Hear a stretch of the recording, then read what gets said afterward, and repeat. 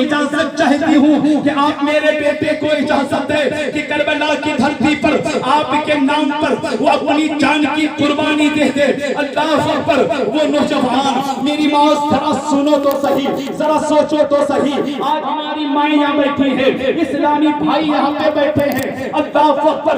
आज कुछ दस्तूर ऐसे है, हमारे घर का निजाम कुछ ऐसा बना है कि अगर कोई मर्द किसी फकीर को 100 रुपया दे दे तो बीवी कहती है कि इतने देने की जरूरत क्या है, बड़ा सखी बन गए हो। मैं फला दिन बाजार गई थी तेरे जोड़ में, तो तुमने क्या कहा, मुझे 1000 रुपए का सूट पसंद आया। तूने बोला नहीं पैसा ही नहीं है, जरा ये वाला नहीं वो वाला ले लो, 500 का दिलाया। और तुझे फकीर को देने के लिए 100 रुपए और कहां से आ गया? तू बड़ा लुटा रहा है, लोगों को दे रहा है। अल्लाह अकबर। मेरी इस्लामी माँ और बहनों, हुसैन जैसा जज्बा पैदा करो, हजरत सकीना जैसा जज्बा पैदा करो, हजरत शहरबानू जैसा जज्बा पैदा करो, हजरत ज़ैनब जैसा शौक पैदा करो।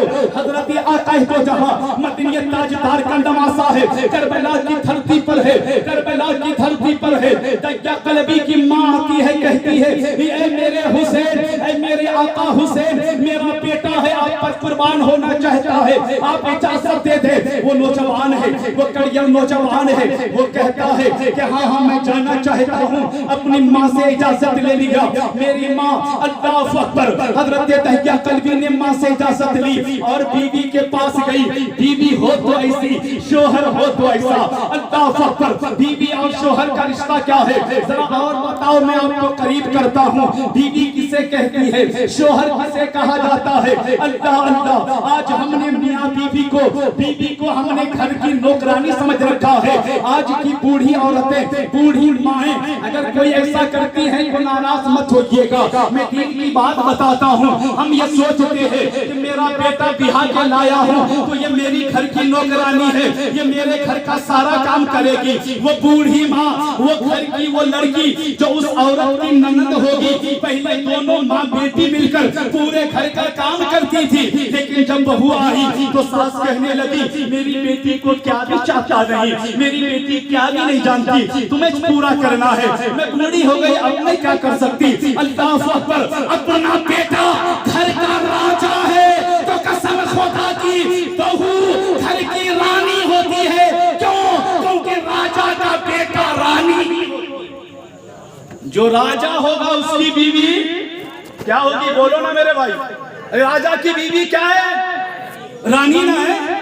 अब रानी से काम करवाओगे, तुम्हारा बेटा तुम्हारे लिए राजा और तुम्हारी बहू तुम्हारे लिए नौकरानी। ये कहाँ का दस्तूर है? ऐसा नहीं हो सकता। अब कुछ बहुएं भी ऐसी हैं, कुछ बहुएं भी ऐसी हैं जो कहती हैं जहेज में लिए नहीं 10 लाख मुझे काम भी करना, सो काम करने को दिए क्या जोड़े को कासा, मैं कामिश करने को दिया क्या? इतना कासा मेरे अब्बू ने तुझे दिया नहीं, जोड़े को इतना मांगा नहीं, मेरे अब्बा ने तुझे खरीद लिया है। अब मैं क्या बीच करती नहीं, मैं कामिश नहीं करती। काम करे तो चल जा तू घर को।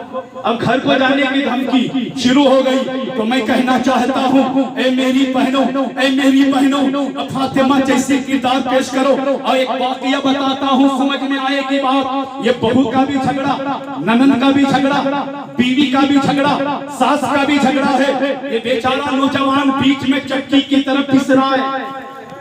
माँ की सुने तो कहता क्या, माँ का लाडला है। बीवी की सुने तो कहता क्या, जोरू का गुलामिच बन गया। नहीं, ये नौजवान जाएगा किधर?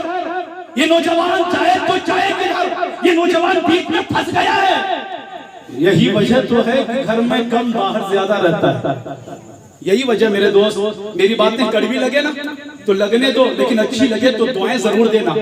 एक तरफ बहू, एक तरफ माँ, एक तरफ बीवी, एक तरफ माँ। बीवी कहती है मैं बाप छोड़ को आया, भाई छोड़ को आई, रिश्तेदार छोड़ को आई, सब कुछ छोड़ के आई ना, मैं तेरे चक्कर में तेरे लिए आई और तू मेरी सुनता नहीं, माँ की सुन रहा है।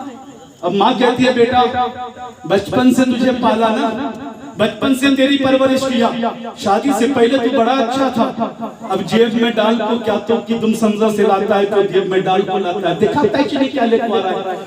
पहले लाखों मेरे हाथ में देता था, अब सीधा बीवी के कमरे में जा रहा है।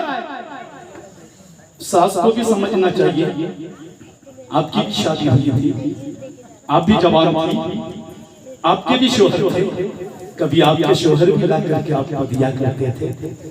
अगर बहुत से ऐसे हैं, अल्लाह सलामत रखे, मियाँ बीवी में मोहब्बत हो, जब मियाँ और बीवी एक प्लेट में खाते हैं तो रहमत के फरिश्ते उनके लिए दुआएं देते हैं, दुआएं देते हैं मेरे दोस्त। और यहाँ तो आलम यह है कि अगर बीवी ने पानी का गिलास पीकर के रख दिया, थोड़ा पानी बच गया और वही बीवी ने शोहर को दे दिया और इत्तेफाक से सास ने देख लिया तो गजब हो गया। क्या हो गया? बीवी ने एक गिलास पानी पिया, आधा पानी रह गया और वो पानी बढ़ा दिया अपने शोहर की तरफ। अब वो शोहर उस पानी को पीने लगा तो माँ ने देख लिया, इत्तेफाक से गजब हो गया। कहने लगे अब ये देखना बाकी था, अब ये देखना बाकी था, जोरू का झूठा भी पी रहा है ना ये देख। अरे मेरे दोस्त, नबी की शरीयत देखो, मेरे नबी है, मदीने के लाल है, आमिना के लाल है, अब्दुल्ला के लख्त जिगर है, हजरत आयशा, हजरत अबू बकर सिद्दीक की बेटी, मेरे नबी की प्यारी बीवी, मेरे आका सल्लल्लाहु अलैहि वसल्लम की हदीस पाक है, जहां से हजरत आयशा मुंह लगाकर जिस बर्तन से पानी पिया करती थी, होठ के निशान आते थे, उसी जगह से मदीने के लाल ने पानी पिया,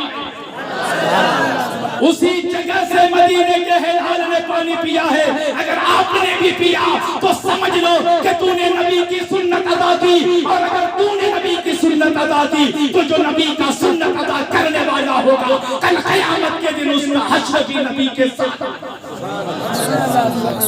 ये है मोहब्बत मेरे दोस्त, ये है अकीदत मेरे दोस्त।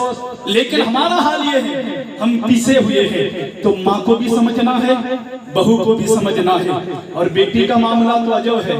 तकरीर बड़ी प्यारी होने वाली है आगे इंशाअल्लाह, आप समाप्त कीजिएगा। हुसैन के बारे में जरूर बोलूंगा और वही की महफिल भी है, लेकिन हुसैन के नाम पर, हुसैन के वसीले से अगर मेरी कोई इस्लामी बहन सुधर जाए तो कसम खुदा की मेरी तो निजात हो जाएगी। आपकी तो मैं नहीं कह सकता, लेकिन अगर मेरे कहने से किसी इस्लामी बहन का भला हो जाए, किसी घर में जो झगड़ा हो रहा है वो घर मोहब्बत का बसेरा बन जाए, उस घर में मोहब्बत पनपने लगे, उस घर में मोहब्बत के पौधे उगने लगे, उस घर में